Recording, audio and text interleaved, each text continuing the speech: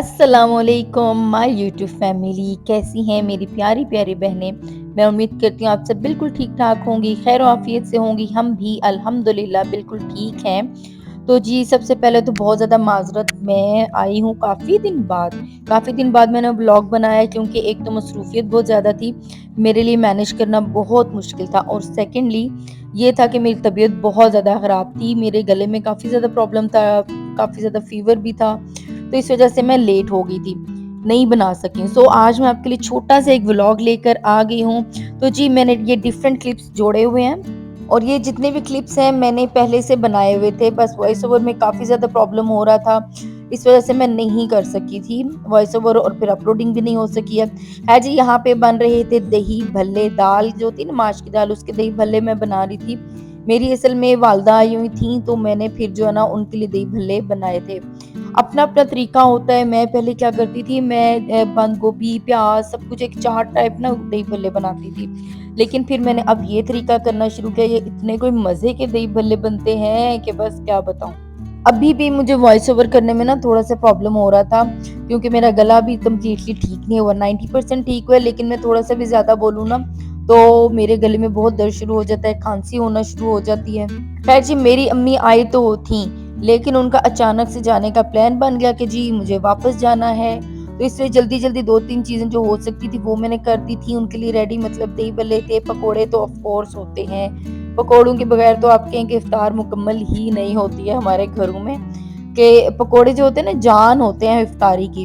खैर पकोड़े मैंने फ्राई कर लिए थे, चिप्स एक मैं बनाती होती हूँ बड़े मज़े के, वो मैंने बनाए थे, और साथ ही साथ और भी चीज़ें मैं एंड पे दिखाऊँगी। बस सिंपल सा मेन्यू था, क्योंकि मेरी अम्मी को बहुत ज़्यादा जो होती है ना चीज़ें वो पसंद नहीं है। वो कहती हैं थोड़ी चीज़ें बनाएँ लेकिन अच्छी बनाएँ, ताकि वेस्ट ना हो, क्योंकि जब वेस्ट होती है चीज़ तो फिर फेंकनी पड़ती है।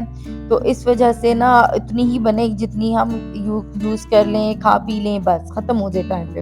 यहाँ पे मैंने ब्रोस्ट बनाया था, ब्रोस्ट बनाने के लिए मैंने चिकन में ना कट्स पहले लगा लिए हुए थे, कुछ चीज़ें डाली मैंने, मतलब लेमन जूस मैंने डाल लिया था, नमक डाला, लाल मिर्च पाउडर डाला, अदरक लहसुन का पेस्ट डाला, और नहीं, अदरक लहसुन का पेस्ट बल्कि मैंने नहीं डाला था, और मैंने ना इसे बड़ा स्पाइसी सा रखा था, क्योंकि मुझे स्पाइसी ज़्यादा पसंद है, मेरे हस्बैंड को भी स्पाइसी बहुत पसंद है। बस ये चीज़ें लगा के मैंने कोई 2-3 घंटे इसको रख दिया था। उसके बाद हमने क्या किया था जी, मैंने इसको स्टीम कर लिया था। स्टीम किस तरह से, बस मैंने इसको डाल दिया था, कढ़ाई में रख डाला था। थोड़ा-सा पानी मैंने जो मसाला साइड पे लगा हुआ था उसको साफ़ करने के लिए वो भी डाला, और कवर करके मैंने इसको तकरीबन 20 से 25 मिनट रख दिया था, ताकि ये ना अच्छी तरह गल जाए, और हल्की आँच में मैंने इसको किया था, ज़्यादा तेज़ आँच नहीं की थी। हल्की आँच में बस रख दें तो ये बहुत अच्छे से गल जाता है। उसके बाद नेशनल का ब्रोस्ट मसाला मैंने इसके ऊपर लगाया। अच्छा, ब्रोस्ट मसाला मैंने पूरा नहीं लगाया, ब्रोस्ट मसाला मैंने तकरीबन थोड़ा-सा, मतलब आप समझिए कि पौना जो पैकेट होता है ना वो मैंने लगाया था। अच्छा, इस तरह से सारी कोटिंग करके मैंने इसको साइड पे रख दिया। दोबारा से मैंने आधा घंटा इसको कोटिंग करके साइड पे रखा था।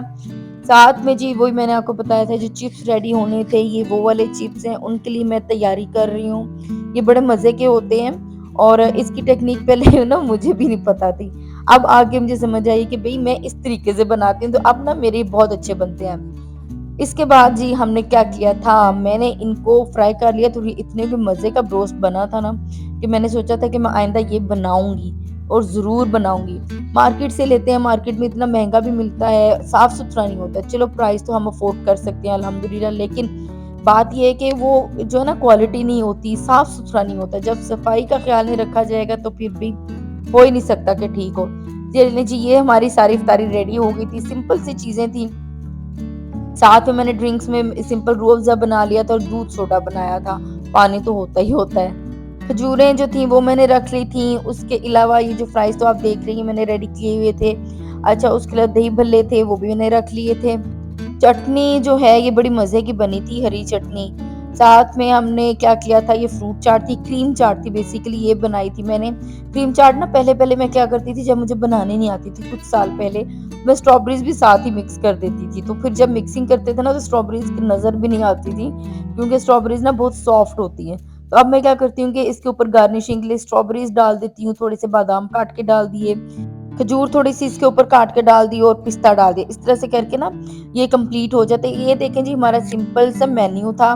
कोई इसमें स्पेशल बहुत हैवी मेन्यू नहीं था। सिंपल-सिंपल सी चीज़ें थी जो हमने रेडी की थी, क्योंकि वही बात कि इफ्तार में थोड़ी चीज़ ही खाई जाती है, ज़्यादा चीज़ नहीं खाई जाती है। अम्मी जी आ चुकी हैं और इफ्तार का टाइम हो चुका था। मैंने उस टाइम इन्हें बुलाया था। बस ये देखें जी हमारी सादी सी इफ्तारी है। अल्हम्दुलिल्लाह, अल्हम्दुलिल्लाह।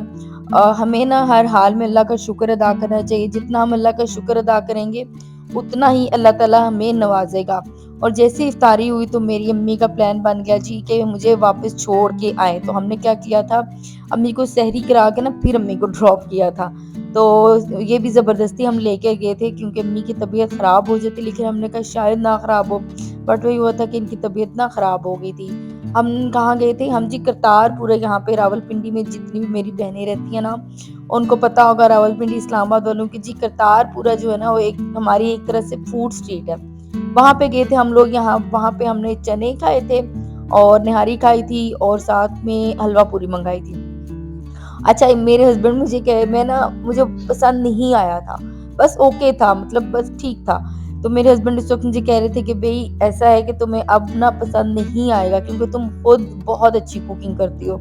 और वाक़ई ऐसे होता है कि मैं बाहर जाती हूँ, मुझे बाहर का खाना बिल्कुल भी पसंद नहीं आता है, वरना मैं उन लोगों में से थी जो बहुत ज़्यादा पसंद करते हैं बाहर का खाना।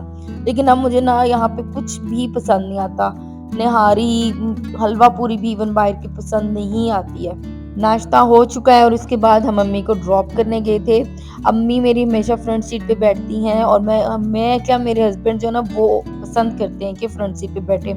एक बुजुर्ग जो होते हैं ना, उनकी ये एक रिस्पेक्ट होती है कि उन्हें फ्रंट सीट पर ही बिठाया जाए।